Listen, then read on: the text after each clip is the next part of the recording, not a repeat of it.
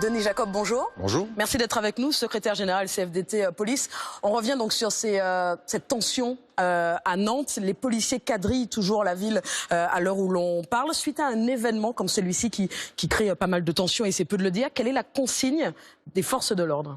Écoutez, la consigne, elle est très claire, c'est de maintenir ces violences urbaines et d'interpeller tout individu qui peut être auteur d'infractions. Mais il faut remettre aussi dans son contexte ce qui s'est passé à Nantes et les faits qui y sont attachés. Le contexte, c'est que vous avez trois quartiers difficiles, sensibles, quartier du Breuil, des Dervalières et Malakoff, qui forment un triangle dans lequel il y a un trafic très important de stupéfiants et également d'armes. Pour information, la semaine dernière, il y a eu des tirs de Kalachnikov et ça explique aussi la présence des CRS et des contrôles qui sont effectués.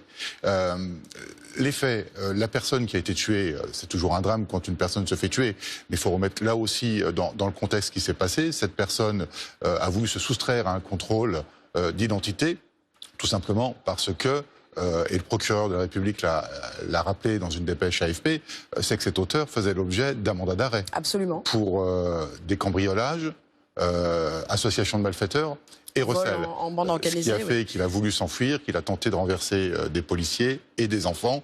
Et naturellement, dans le cadre de ce que prévoit la loi, un des fonctionnaires de police a fait usage de son arme. Est-ce que cela justifie justement le tir, compte tenu du fait qu'il faisait l'objet d'un mandat d'arrêt justement? Est-ce que l'on ne pouvait pas, basiquement, vu de l'extérieur, envisager qu'on le laisse peut-être justement partir et en sachant de qui il s'agissait, peut-être attendre pour l'interpeller ultérieurement? Est-ce que le tir était inévitable? Alors le tir était inévitable non pas parce qu'il faisait l'objet d'un mandat d'arrêt, mais parce qu'il a tenté de renverser un policier et des enfants. Et la loi, elle est très claire en la matière. La seule possibilité d'immobiliser un véhicule dont le conducteur ne veut pas obtempérer un contrôle et qu'il menace la vie d'autrui, eh bien, le fonctionnaire de police peut faire usage de son arme. C'est l'article L435-1 de la loi de 2017. Et dans ce cadre-là, quand on a l'opportunité, si on peut parler ça d'opportunité, mais l'opportunité de neutraliser un individu dans un véhicule en mouvement, je rappelle que le véhicule était en mouvement, on n'a pas d'autre choix que de faire usage de son arme à feu. Et quand un véhicule est en mouvement, on ne sait pas vraiment où la personne risque d'être touchée. Là, en l'occurrence, il a été touché à la carotide. À la carotide. Les versions diffèrent malgré tout, hein, Denis Jacob. On a entendu sur notre antenne hier un témoin de la scène interviewé par nos confrères de Ouest France qui contredisait la version des policiers. Est-ce que les caméras embarquées sur un événement tel que celui-ci n'auraient pas pu faire la différence? Alors, bien évidemment, l'enquête est en cours. Elle déterminera la responsabilité ou non de mes collègues. Mais effectivement, le port de la caméra, c'est un sujet qui est abordé depuis des années dans la police nationale. Alors, en interne de la police nationale, il ne fait plus débat. Hein. Je pense qu'il fait l'unanimité parce que ce n'est pas un outil de flicage pour les policiers, mais un outil de protection pour eux. Et de toute façon, ce matériel est en cours de développement et de généralisation dans la police nationale. C'est une très bonne chose dès lors qu'on laisse la responsabilité aux policiers de pouvoir l'utiliser de lui-même sur initiative à tout moment pour justifier de sa mission, de son intervention et qu'elle s'est faite dans la règle définie par les textes. Est-ce que le problème n'est pas là justement de pouvoir déclencher si besoin au bon vouloir du policier? Écoutez, il ne faut pas non plus que la caméra soit interprétée comme étant un outil de suspicion à l'égard du travail des policiers. Dès lors qu'on oblige le fonctionnaire de police à qui on impose un déclenchement systématique de la caméra dès la prise de fonction, dès sa prise de travail jusqu'à la fin de son activité, c'est quelque part une forme de flicage et de principe de dire de toute façon on sait que la police fait des fautes, donc parce qu'elle fait des fautes, on va leur obliger à utiliser la caméra. C'est pas du tout ça l'objectif. L'objectif, c'est de montrer justement que les policiers font leur travail de manière très professionnelle, qu'ils respectent les textes en vigueur, les textes de loi, et que la caméra est là pour démontrer et renforcer le fait que les policiers travaillent bien. Il y a quand même cette actualité qui nous rappelle inlassablement qu'une colère sociale s'exprime à chaque fois qu'il y a un drame comme celui-ci. Cette défiance vis-à-vis des forces de l'ordre, ce sentiment parfois d'injustice, est-ce que vous le comprenez? Si oui, comment est-ce que vous l'analysez?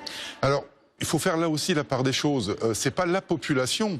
Évidemment, c'est une partie de la population qui a une défiance vis-à-vis de la police, qui, je rappelle quand même, est soutenue à plus de 90% d'après tous les différents sondages. Non, là, la défiance si on peut parler de défiance, c'est un groupe d'individus qui veulent défendre un territoire qui peut-être utilise malheureusement ce dramatique événement pour dire on ne veut pas de la police, ici au quartier du Breuil, parce qu'il y a un trafic, je le répète, de stupéfiants très important, un trafic d'armes très important, d'ailleurs trafic d'armes pour lequel il y a des opérations de police qui sont conduites depuis plusieurs semaines à Nantes pour endiguer ce fléau. Et là, c'est une façon de démontrer on ne veut pas de la police, le quartier, il est le nôtre, pas le vôtre.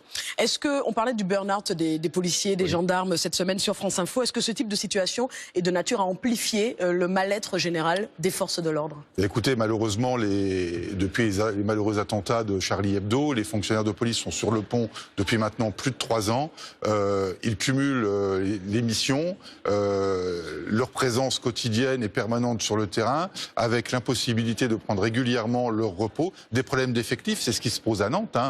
Pourquoi il y a les CRS à Nantes? C'est parce qu'il y a aussi un problème d'effectifs en sécurité publique qui fait qu'on fait appel aux forces mobiles de sécurité. Et donc oui, il y a une fatigue qui est prégnante aujourd'hui. Il y a eu un rapport sénatorial qui a été publié et qui fait état notamment de ce problème de fatigue, mais qui est multifactoriel.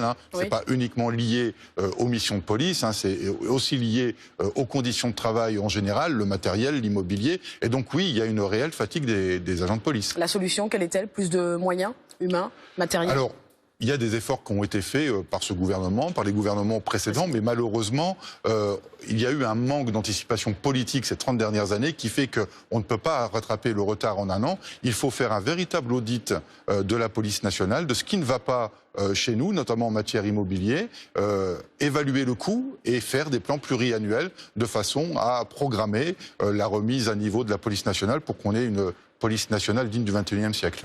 Merci beaucoup, Denis Jacob, d'être venu sur notre plateau, secrétaire général CFDT Police, pour être